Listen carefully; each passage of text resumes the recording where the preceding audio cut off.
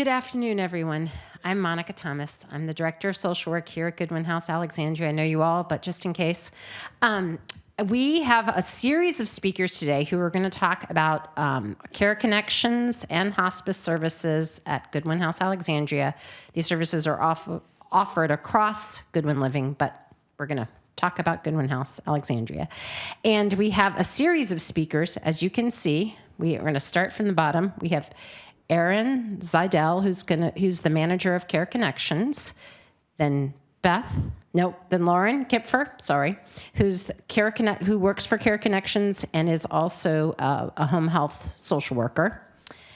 Erin is also a social worker, by the way, so we are well represented today. And then we're going to have Beth Clint, who's the executive director of Hospice, and then Lisa Sanderson, who's our bereavement counselor, also a social worker, is going to wrap it up for us today. All right? So before I'm going to let Erin start, thank you so much.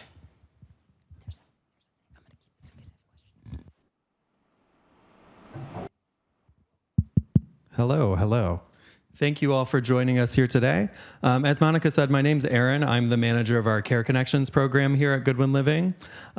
Care Connections is a program that's kind of unique to Goodwin Living. So I'm going to tell you a little bit about that once the slide advances. No. I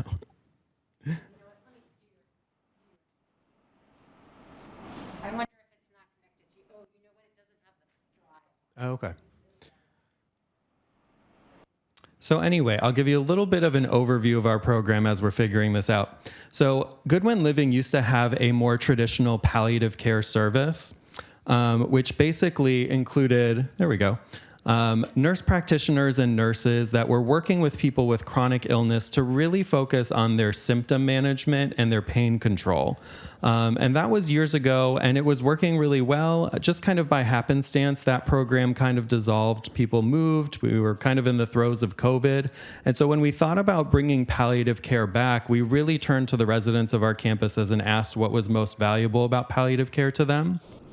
And what we found was that people were really looking for information and what we call advanced care planning, and not so much on the symptom management side. A lot of residents of our buildings use our in-house physicians, and those physicians are really great at doing symptom management. And in a lot of cases, we're already doing that symptom management before palliative care anyway.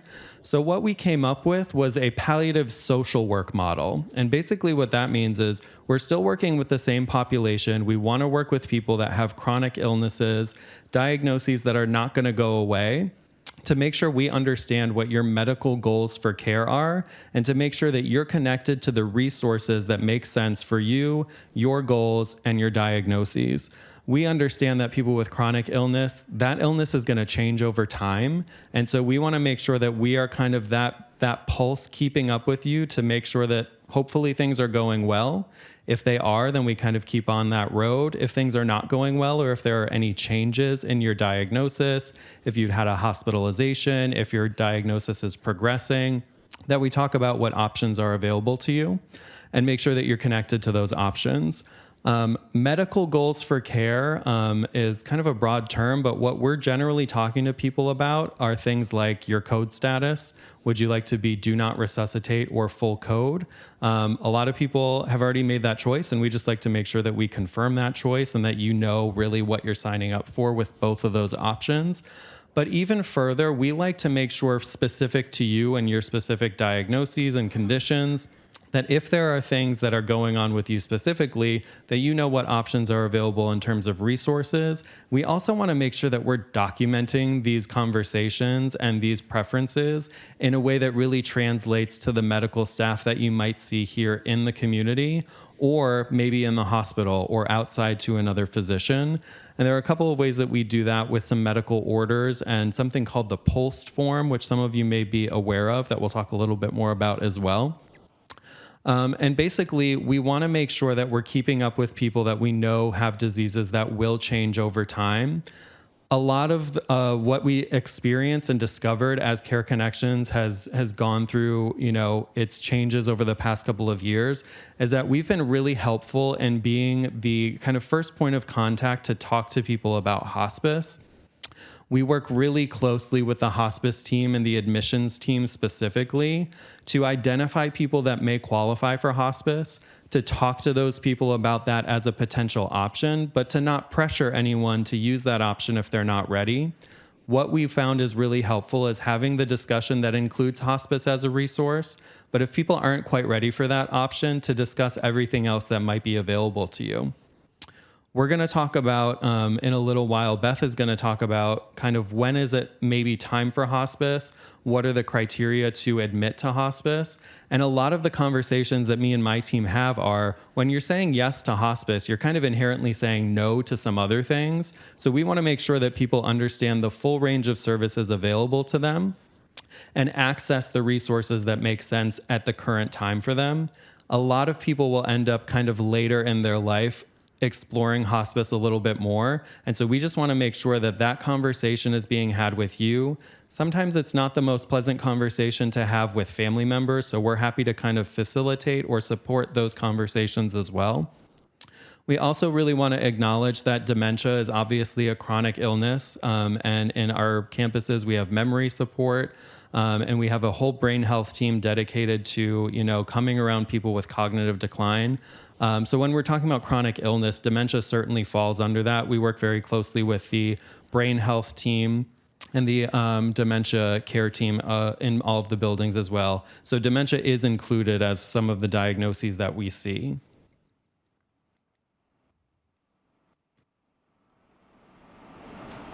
Okay. My favorite thing to tell people is that Care Connections is free. It is a free and available service to anyone in any of our campuses on any level of care. Anyone on any level of care can have a chronic illness, and we are happy to meet with you at any time. Basically, we want to meet with people that have one or more chronic illness.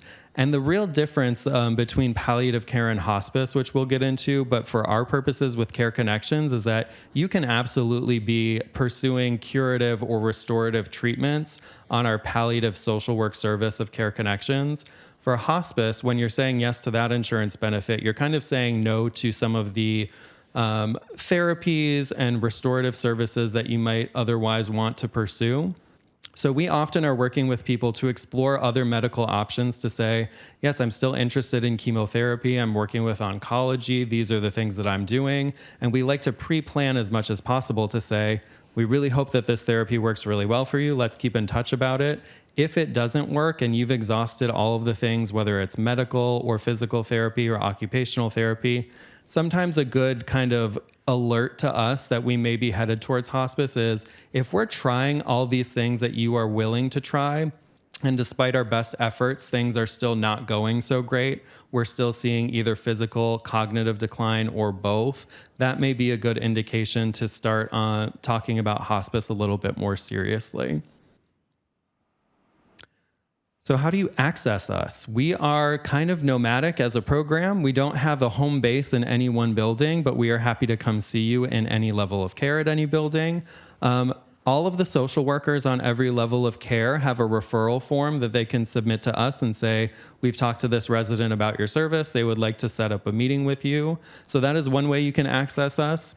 If you use a Goodwin Living service provider, so if you use someone like Dr. Karoma Nelson or her team for primary care here, she is very familiar with our program, as are her nurse practitioners. They will often write us a medical order, which we get alerted by to say, hey, we've had this conversation with this resident. We would like you to talk to them about medical goals of care. And that automatically comes to us, and then we'll reach out to you. You are also welcome to call us directly. Our email address is very simply careconnections, plural, at goodwinliving.org. And there's also a telephone number that you can reach us at. We are happy to take self-referrals from anyone that is looking to talk about advanced care planning. We also do a lot of work with medical documentation. The POST form is one of those things. We also spend a good amount of time going through people's advanced directives to make sure that you have people that are listed as medical powers of attorney, that those people are aware that they are listed as your medical powers of attorney, that what is outlined in your advanced directives feels really representative for how you actually feel about your medical care. So we spend a lot of time just making sure that all the documentation that goes along with our discussions reflects all of the things that we've talked about and feels really good to you as we put it into our system to make sure that the clinicians that see you in this building have access to those things. And if you unfortunately get transferred out to the hospital, all of those things also get transitioned with you so that the hospital is not starting from scratch. They know that you have completed advanced directives. You may have a completed POLST form that include medical orders about what you would or would not want done. And at this point, I'm going to invite my colleague Lauren up. She is our home health social worker, but she also works with our Care Connections team. She's going to tell you a little bit about how Care Connections and home health overlap as well. Thank you. So thank you, Aaron. Like he said, I'm Lauren. I work with home health and Care Connections. I've seen some of you in your apartments before. When someone is on home health, I can see someone and have the same conversation as Care Connections, but through home health. Home health is your part of your Medicare A benefit where you receive therapy in your apartment. There's also a social work component that's available for that. And we sometimes can review goals of care. That's mostly what I do when I see people in the buildings through home health. When I see people in the community, sometimes we talk about goals of care, sometimes we talk about resources, but at GHA, you have Monica for any resources you might need, so it's more of a goals of care conversation. Home health is different from outpatient therapy because you receive the therapy in your apartment. There's also a skilled nursing component that you don't get with outpatient therapy, so if you have a wound or another kind of medical need that needs nursing monitoring in the apartment, you get home health because that comes with the therapy. Most people, after they graduate from home health, do move to outpatient therapy downstairs with Connie and her group, but I work on the home health side. But I see people, like Aaron said, through both home health and Care Connections. So if you are on home health and you want to meet with me, all you have to do is ask any of the home health clinicians for a social work referral, and they will get one. If you are not on home health and want to meet with us, it's the same way Aaron said. Talk to Monica, Kylie, Hillary, or the doctor, and they'll send us a referral.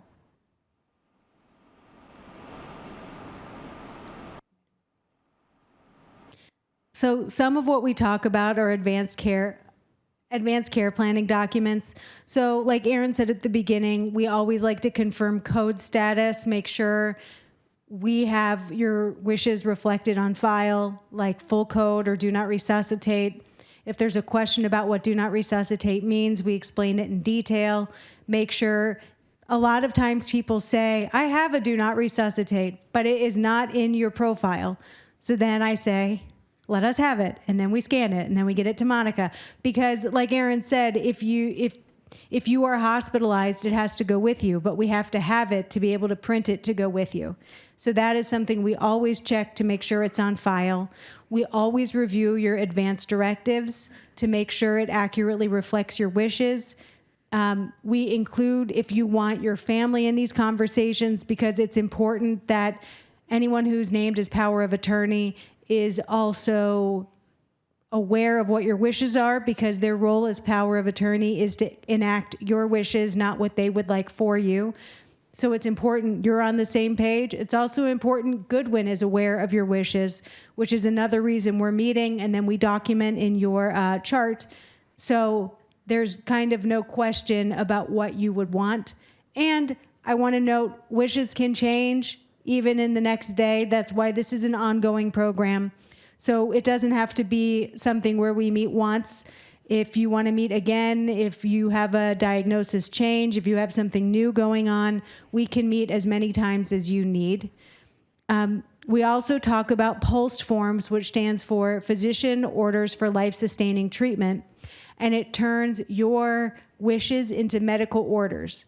So it's something that it asks code status. It talks about if you want to be hospitalized, if so, how much medical intervention you would want, and if you would want any artificial nutrition or hydration.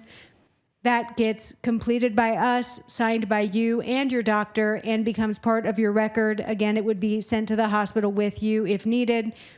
Hospitals and doctors find it super helpful because if you're in an emergency situation, they know kind of right away how much intervention you would want, how to act. If anyone is watching The Pit, I don't know if you are, but in the first episode of season 2, they talked about a pulse form, and I loved it because it made me feel very good about what we do. But it's a great document to have on hand.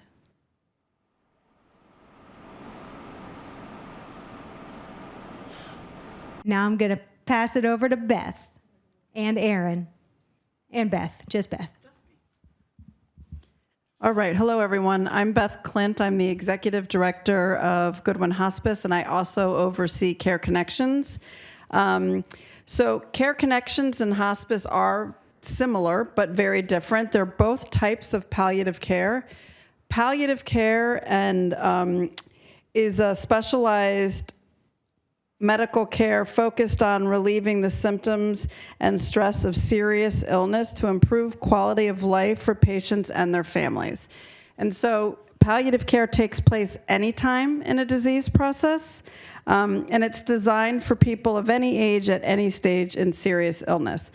Hospice, on the other hand, is specifically for people at end of life.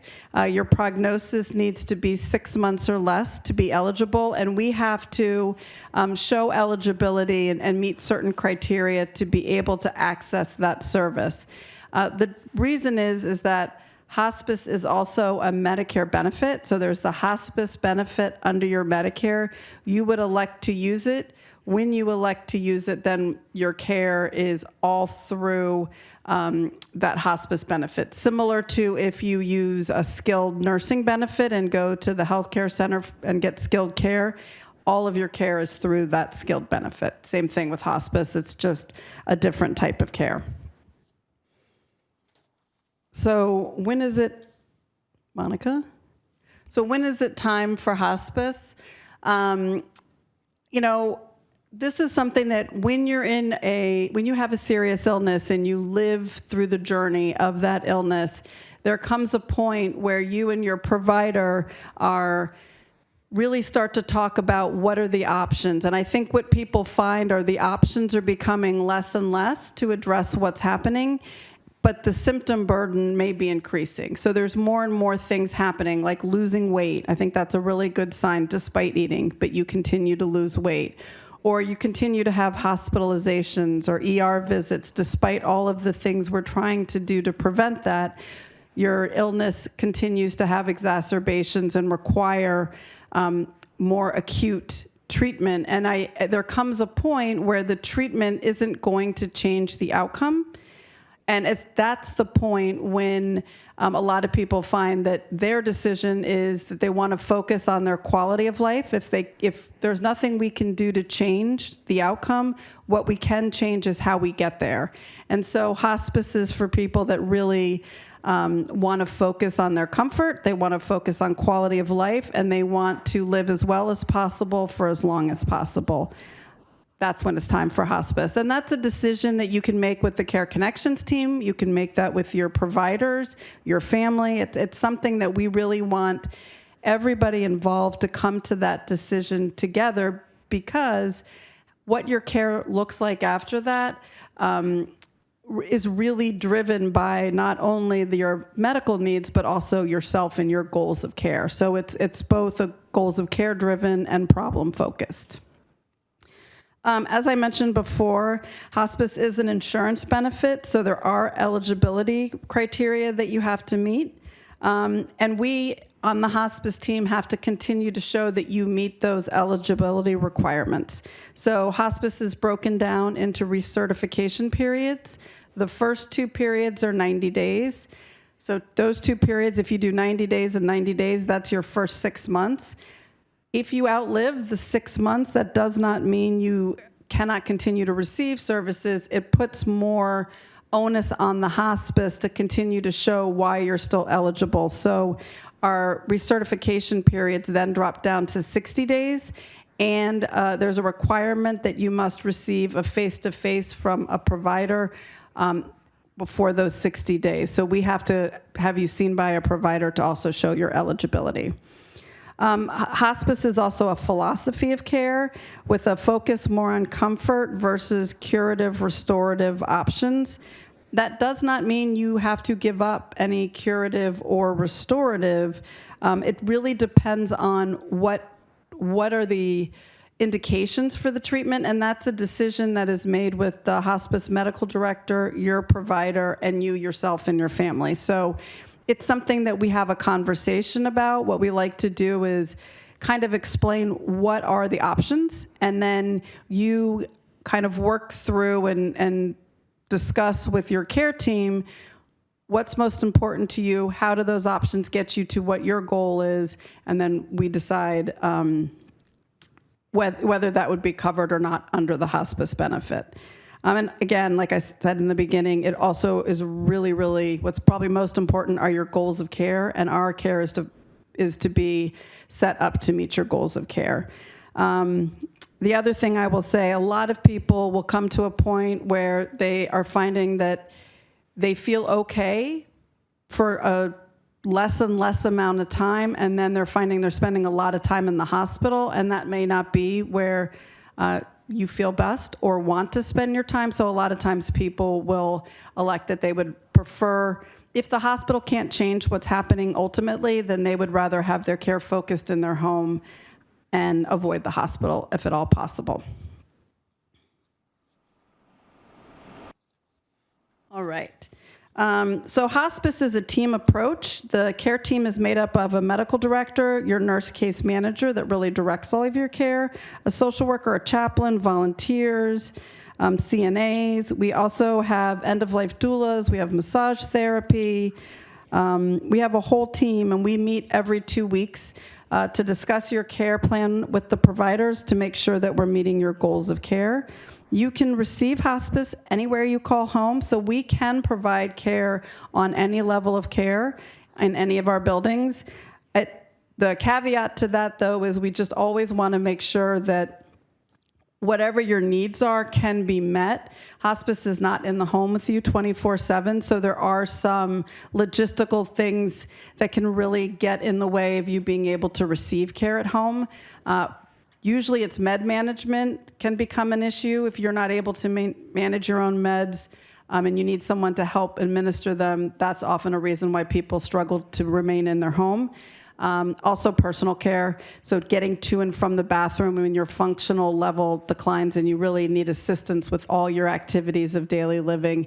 Often people find that they actually utilize a lot less energy on a higher level of care than they would in their home. And so sometimes that's when we would recommend with your team here at Goodwin Living to transition to level of care. But ultimately, we can provide care anywhere you call home. Our team members visit, the nurse visits once a week, more if there's things going on. It's really dependent on how you're doing. If your hospice is constructed in a way that to increase care as your needs increase with it, so we will increase to whatever's going on. It really depends on what's happening. But if you're stable and just getting basic hospice services, you get an RN case manager visit at least once a week, and that's just our policy. Social work is generally once a month. Chaplaincy is once a month. CNAs are based upon what your needs are, but they can be a couple, 2 to 3 times a week. So it really depends on our assessment and what's happening, and then we develop a plan of care that addresses what our assessment was. And we work closely with your team here at Goodwin Living.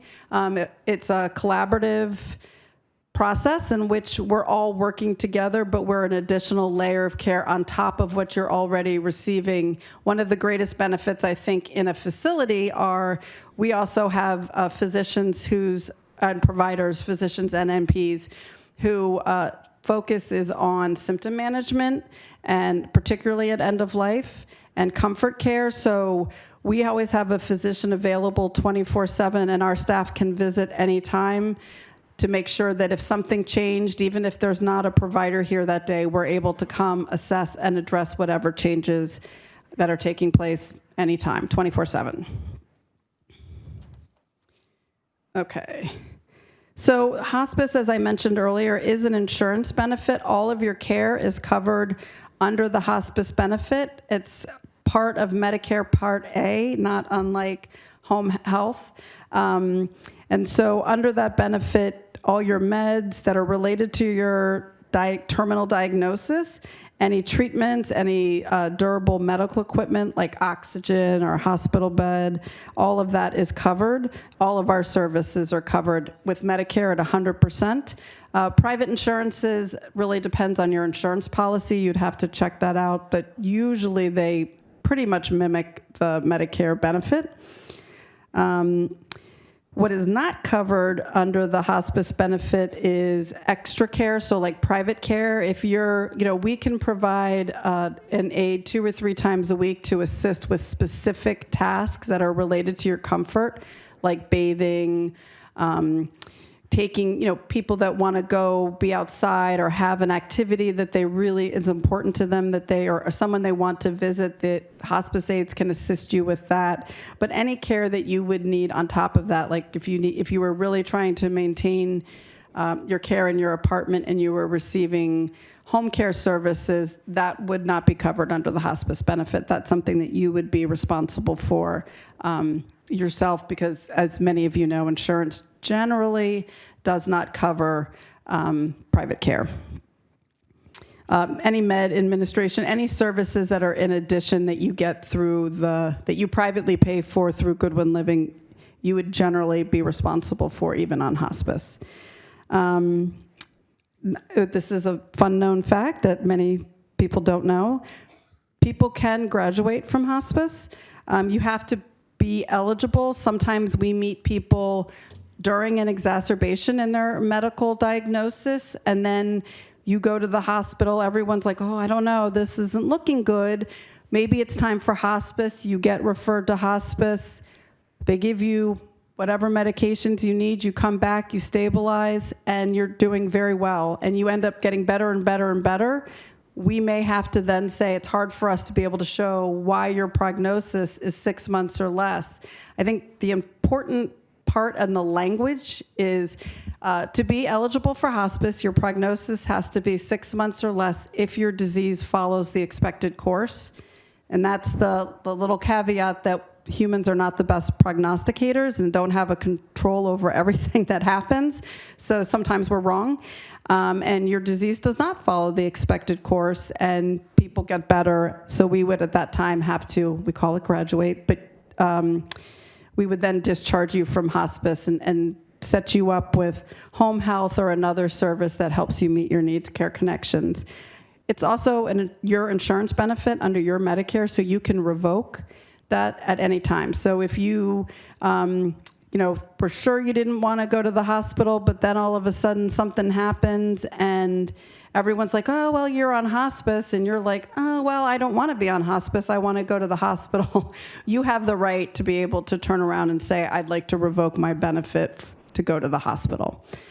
You drive the plan of care in hospice. And then, which we will talk about in a minute, hospice also provides care to the families of our patients for 13 months following the care of their loved one.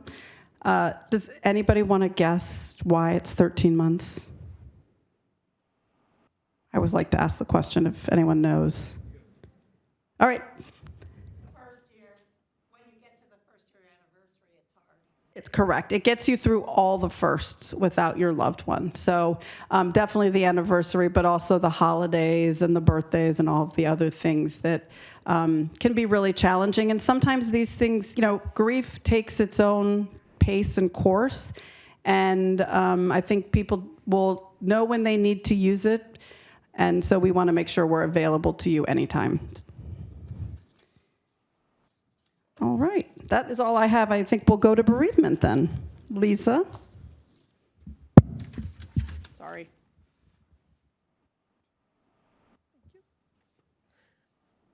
Hello, thank you. As I mentioned, my name is Lisa Sanderson, and I'm one of the bereavement counselors.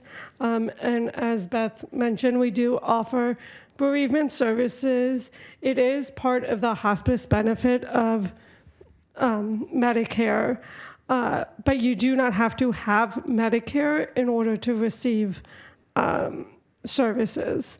So our bereavement services, as Beth mentioned, are up to 13 months after the loss of a loved one. This does not mean at 13 months we say goodbye and good luck. You are always welcome to reach out to us for more resources if you want. We do know different resources in the community and around the country if you have any loved ones that don't live here that are looking for services. And I'll go a little bit more into that in a minute. So with our services, we offer a few things. We have individual grief counseling with myself or one of our other two bereavement counselors. We offer this in person. We actually do it at our Bailey's Crossroads location in our bereavement services area, in our hospice area. If you cannot make it over there for any reason, we can do virtual. If you are not good with computers, we can do it over the phone. If you are not good on phones, we can come see you in your home here. So we do try and be able to be available in any way. All of you live in Virginia, but if you have any family members that also are grieving the loss of the same person or another person, we do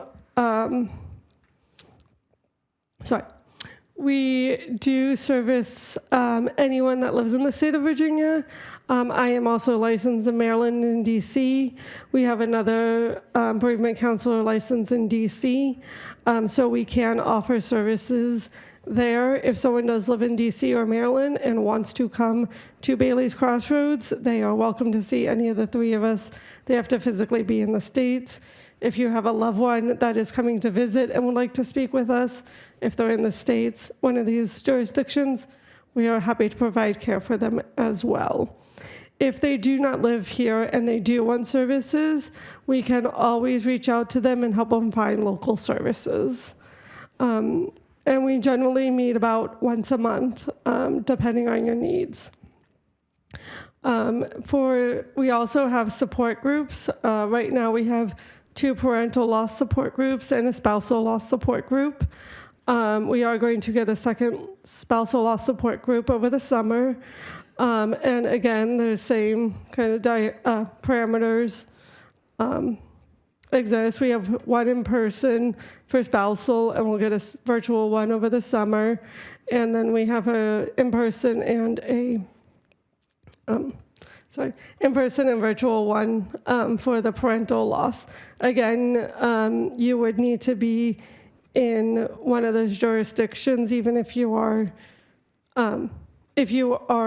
joining virtually. If you're in person, it doesn't matter where you are because you're sitting here. And then we also do different workshops throughout the year. At the end of the year, we have holiday workshops. We've done one-off workshops. I've done Writing Your Grief workshops and Art and Grief. We are also open to suggestions to any other workshops or support groups. We also do mailings that we send out. We send them out at the 1, 3, 6, 9, 11, and 13 months after a loved one dies. These are just resources on where you might be in your, they are resources and where you might be in your grief journey. I actually have brought our first month's mailing if anyone wants to look at them. I also have my business cards. And so we can actually send those anywhere in the world. So again, if you have other family members that don't live here or friends or anyone that you know has experienced a loss, they can always reach out to us and we can add them to our mailing list. And again, for anyone that does not live in one of these jurisdictions, then we can assist with finding those local supports. We do try and find you local supports because we know grief can be very difficult. Some other resources we do have is children in grief resources. We do have, unfortunately, some teens and children that lose their parents. We do have a lot of multi-generational houses, so grandkids that were in the same house as their grandparents who died. So if you have any children or grandchildren, great-grandchildren, we also have resources for their parents. And for them, we do not do counseling for children at this time, but we do have resources in the community that we can refer to. And then we also do a Remembrance Day program. We have one for GHA in November, usually right before Thanksgiving, a week or two.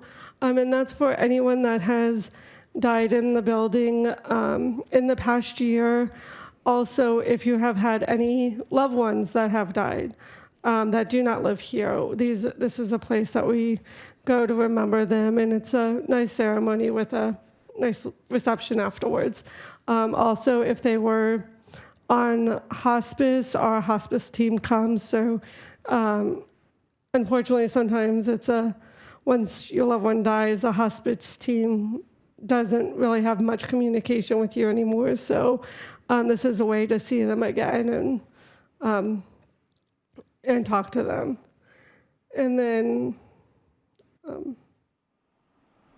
I think that's it. Does anyone have any questions? And you can get any of the handouts on the piano afterwards. Yes, she has a question.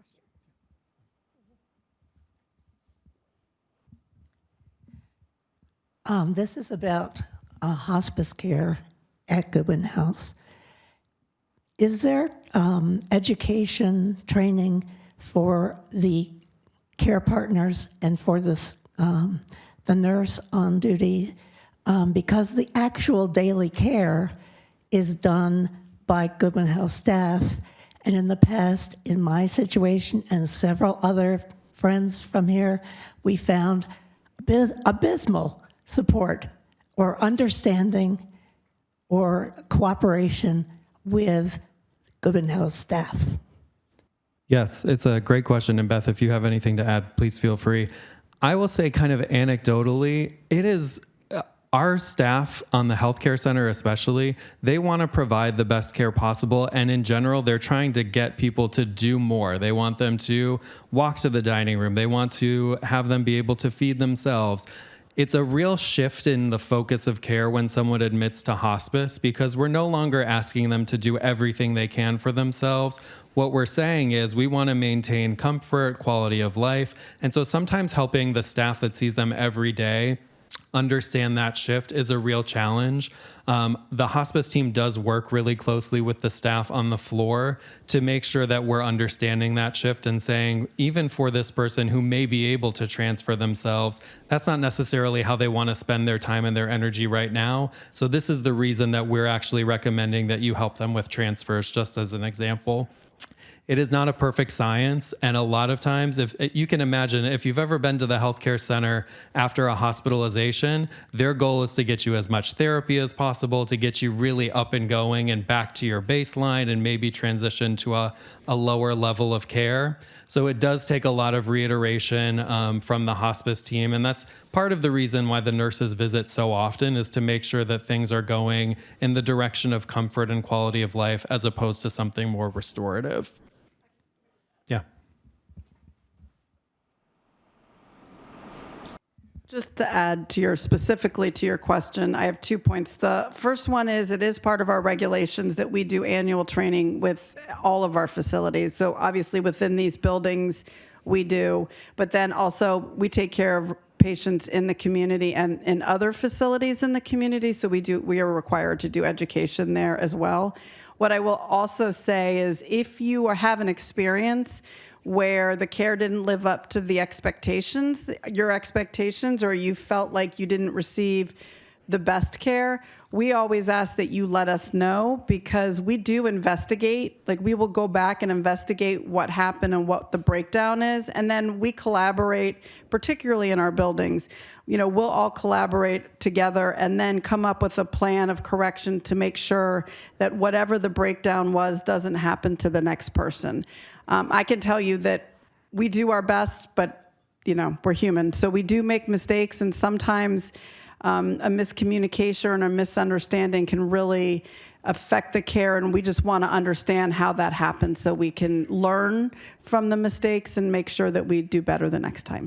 Is there some way to communicate what the plan is, what the goals are, like having it on a bulletin board or something, so that, because day to day you have different people coming and going, and we don't even know their names, and care partners don't know if they walk in that they're talking to a hospice patient. Yeah, there are ways. We have a care plan. We have a care plan, and the facility has a care plan. It's a requirement that we provide the facility with our care plan. And then also within our buildings, the aid care plan, they have a specific care plan that they follow that should have the instructions on it.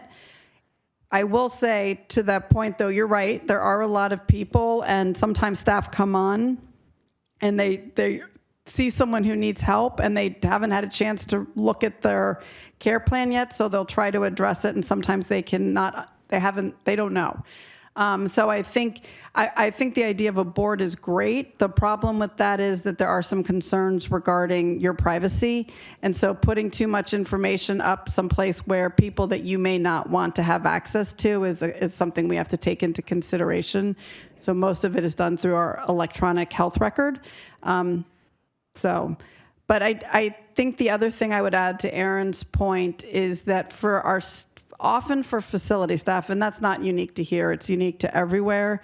We always in hospice have to remember that for the facility staff, that sometimes they're part of the grieving process. That we call it seeing the caregiver as part of the family, because they've had a very specific relationship with the person that we're providing care to, and so they're also grieving the loss of someone that they've built a relationship with, and so sometimes they struggle as well and want to make sure they're doing the right thing, take great responsibility in the care that they provide, and sometimes just need us to remind them, like, this is actually something we've worked with the family and the patient, and this is the patient's goals that we're following. We're not doing this to anyone. We're doing it for the people we're caring for. And I think sometimes in healthcare, we get very task-oriented, and we can forget that there's a humanity to it. It's not a task, it's a human, and it's a person, and it's a life, and all of those things. So again, your feedback on those kinds of situations is hugely helpful, because it helps us do better for the next person. Oh, sorry. I don't know where this came from. Okay, I'm just going to hold it.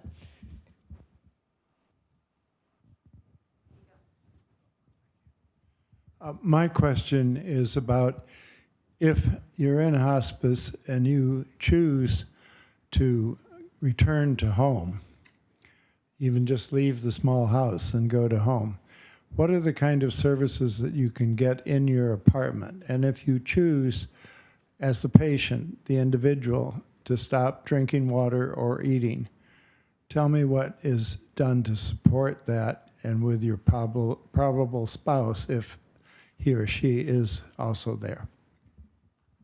So you want me to? I'll take the first part of that question. You can answer about voluntarily stopping eating and drinking. Typically, let's say in the example that you're on the small houses, you're admitting to hospice and would like to discharge back to assisted living or independent living. You actually kind of have double the social work support when you're on hospice.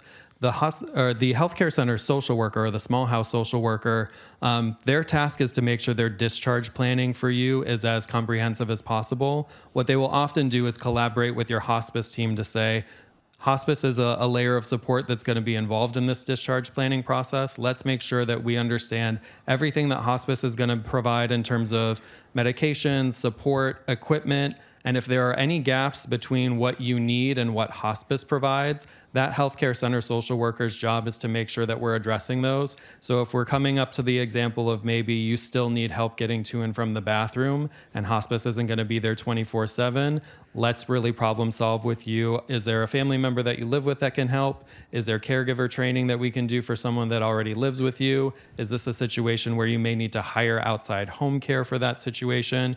So that discharge planning, the logistics of that discharge planning is collaborative between the healthcare center and the hospice team.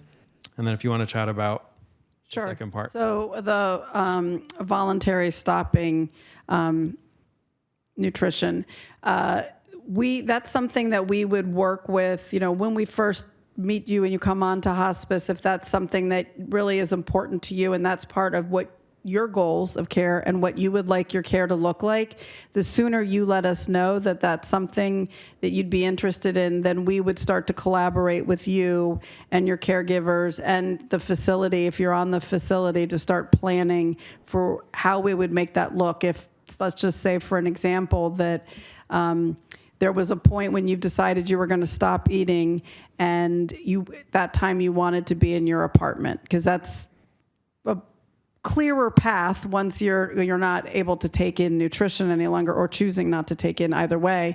Then it's a more finite amount of time. You're going to put all your resources into getting that person back to their apartment. We would collaborate with the facility, make sure that everybody felt comfortable that this was a decision that was made clearly and as your goals. Once we've gotten through that, we would start to set up the things to get you back home and make sure you have all the support you need to receive your end-of-life care in your home. So it's something we can work on. We just ask that you let us know, and then you have the whole interdisciplinary team, no matter what your goals of care are, whether it's to stop eating or it's just to allow a natural death and not to escalate care at all in any other way. We'll work with you and your providers and your family to make sure that that our care is tailored to make sure that's what happens.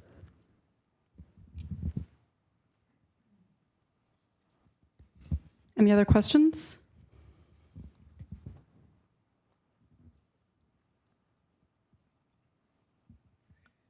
I would assume that for all the residents of the small houses, the advanced medical directives are on the floor and able to be transported with the patient directly anytime, night or day, if an emergency comes up and they have to go to the emergency room.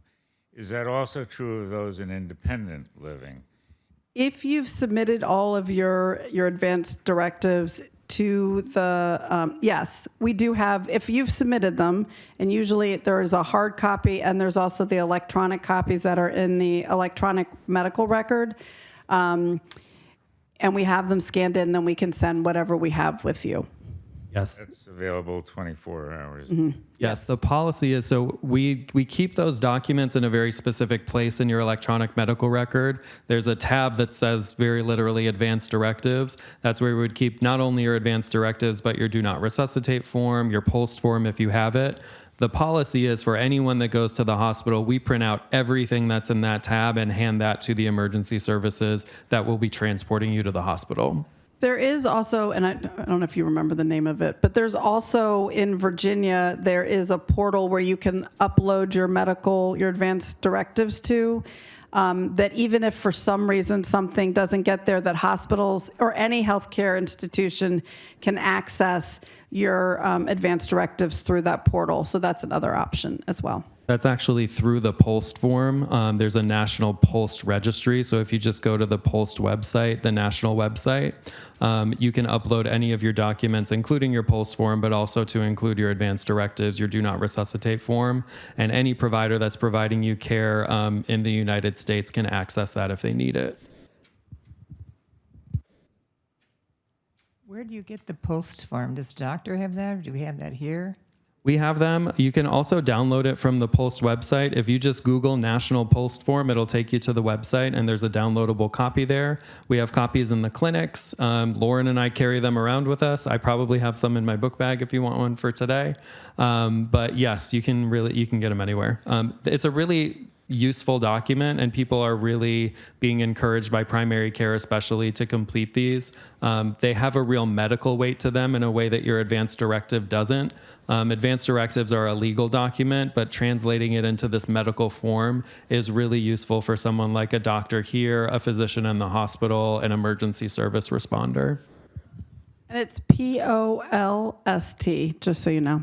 There are POST also, and there's MOLSTs, so there's many different names, but in Virginia, it's the POLST.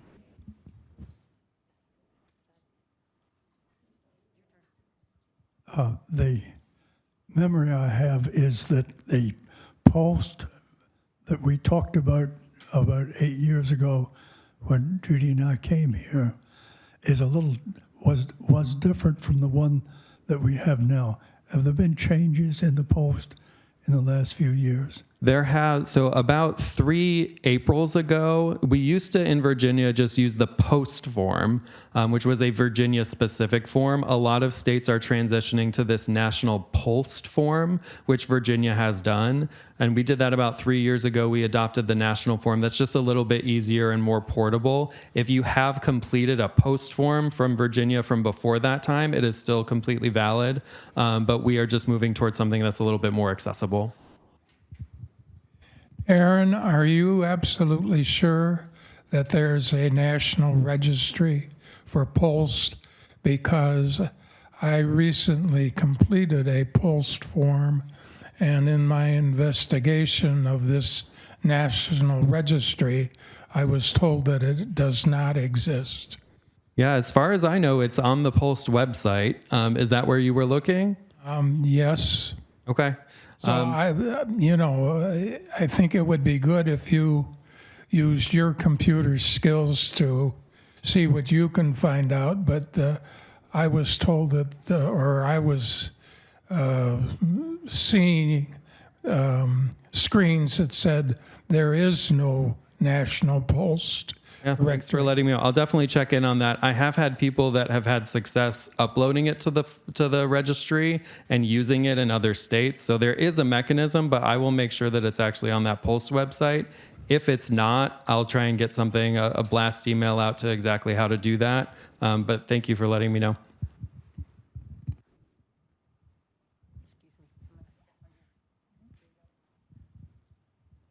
Along the same lines, I was on the Virginia POLST site sometime within the last 2 weeks, I think, and they have a sample of it that says sample, sample, sample, but they said that they do not make it available to print, to download and print, that you have to get it from your either your social worker or your primary care person.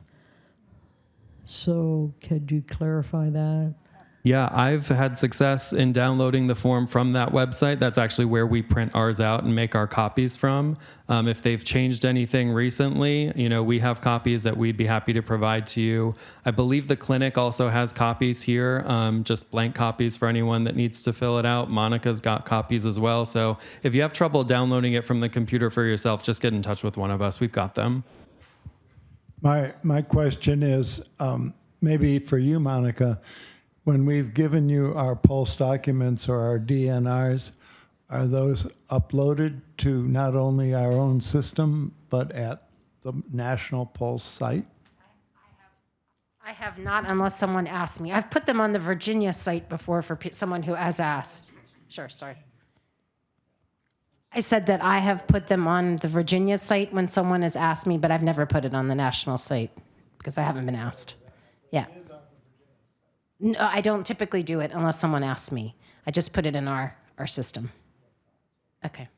Do you have a question? No. Anybody else? Any other questions? I just wanted to say that having said some negative things, the very positive thing that I found with hospice, the very positive thing that I found was comfort care medication. It made my husband able to breathe better and die in a more peaceful way. It didn't make him die. It made him peacefully die. Thank you. And I think that's a good point to make, because a lot of people do think that the medications actually hasten death. I think the point that what's happening is happening no matter what we do. We don't have control over the end result, but what we do have control over, and what we very, very much genuinely, even when we're not perfect, genuinely are here to try to do, is to make sure that we do it in the way that is most meaningful to you, and that we honor your wishes, and that your family and you yourself feel the relief to know that we are going to honor your wishes, and we're going to take care of you in a way, and your loved ones in a way that is meaningful to all of you, to make a difficult experience as good as it possibly can. So we do our best. So thank you for that. All right. And thank you very much. And thank you all for being here. Let's give them Thank you.